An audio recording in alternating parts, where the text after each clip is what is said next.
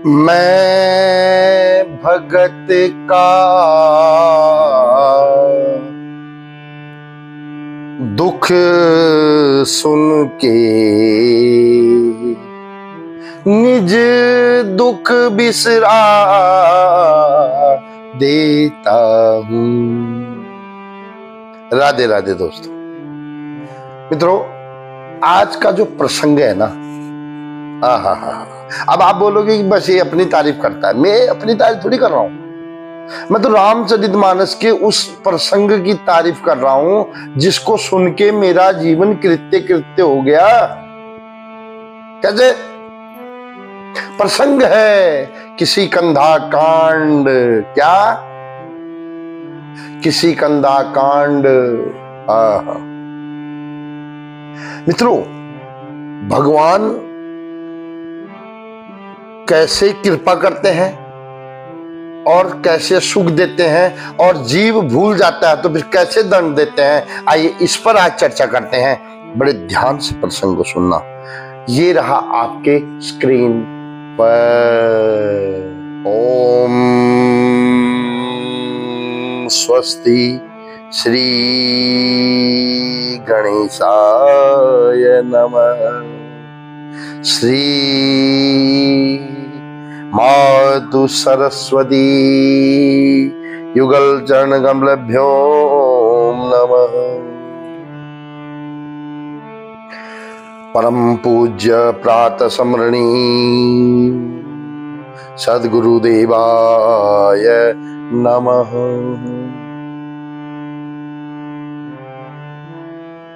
कि कृष्णाय वासुदेवाय हरे परमात्मने प्रणतः क्लेश नाशाय गोविंदाय नमो नमः। अंगे तु बामे वृषभानुजा मुदा विराजमानानो रूप सौभगाम। सखी सहस्रे वरी सेवितां सदा सम्रेम देवी सकलेष्टकामदा।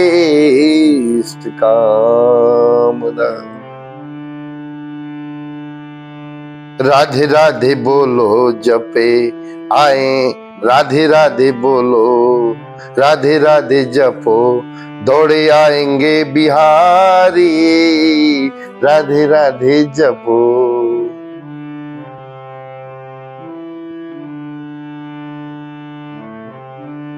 मित्रों, मैं तुलसीदास जी को प्रणाम करता हूं।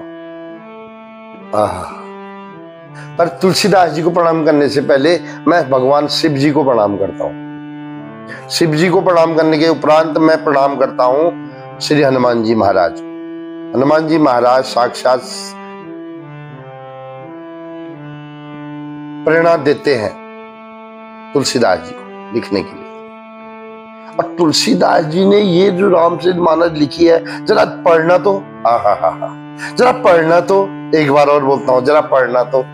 जरा आप विचार करके पढ़ना, ऐसे हवा में मत पढ़ देना। विचार करके कैसे लिखा होगा। अरे मेरे जैसा आदमी 10 साल हो गया इस लाइन में डले हुए, 2 लाइन श्लोक बिना अपनी मर्जी से नहीं पढ़ पाता हूं। मैं सही बता रहा हूं, ये 2 लाइन का श्लोक नहीं पढ़ पाता हूं, याद नहीं रहता है, देखना पड़ता है। तो तुलसीदास जी ने इतनी बड़ी रामचरितमानस लिखी, कुछ तो होगा। विचार करो मित्रों, मेरे संतों का शुक्रिया अदा करो। शुक्रिया अदा तब होगा जब आप उनकी लिखी हुई चीजों को अमल करोगे, उनको पढ़ोगे, तभी तो। नहीं तो उन्होंने क्यों लिखा। तो प्रसंग आज है किसी कंधा कांड में। हम लोग जीव हैं, हम लोग मनुष्य हैं, हम लोग बड़े स्वार्थी होते हैं, झूठे होते हैं, मक्कार होते हैं। क्यों? जब भगवान की जरूरत पड़ती है तो सब कुछ बलि, कोई बलि चढ़ा रहा है, कोई पूजा कर रहा है, कोई अनुष्ठान कर रहा है, जब सुख आता तो भूल जाते हैं। यही कांड सुग्रीव ने भी किया। जब सुग्रीव को बाली ने प्रताड़ा, रोने लगा, हनुमान जी के पास रोने लगा, हनुमान जी ने कृपा की, राम जी को मिलाया, और राम जी को मिलाने के बाद बाली को मार दिया।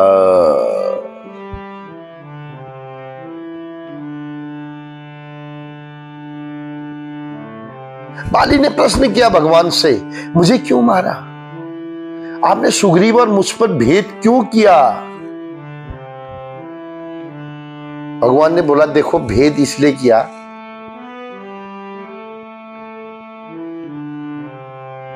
भाई की पत्नी, खुद की बहन, मामा की लड़की, कुछ चीजें जो बताई, पुत्र वधू, ये पुत्री जैसी होती है, और तूने उस पर कुदृष्टि डाली, इसलिए तू वध के योग्य हो गया, तुझे फिर पीछे से भी मारा मैंने, चलेगा। बाली संतुष्ट हो गया, मर गया, मोक्ष हो गया उसका। उसके बाद सुग्रीव का राज्य तिलक किया। सुग्रीव भगवान को भूल गया, राज्य के मद में खो गया। आज भी लोग यही करने वाले हैं, थोड़ी चूक होगी तो गलत आदमी को बना देंगे, तो यही चूक होने वाली है। इसलिए राजा वो बनना चाहिए जो योगी हो। सुग्रीव ने भगवान को भगवान से बोला कि राज्य अभिषेक होते ही मैं सीता जी की खोज के लिए प्रयास करूंगा, भूल गया।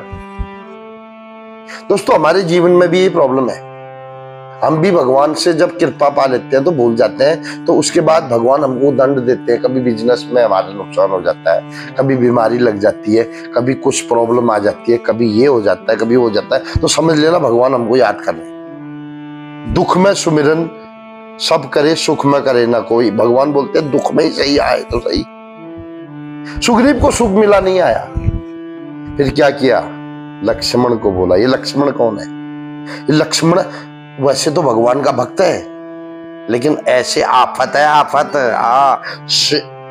अजगर खा जाएगा, उसका क्रोध दहाड़ता हुआ गया, बोला मैं आज सुग्रीव का समूल नाश कर देने वाला हूं।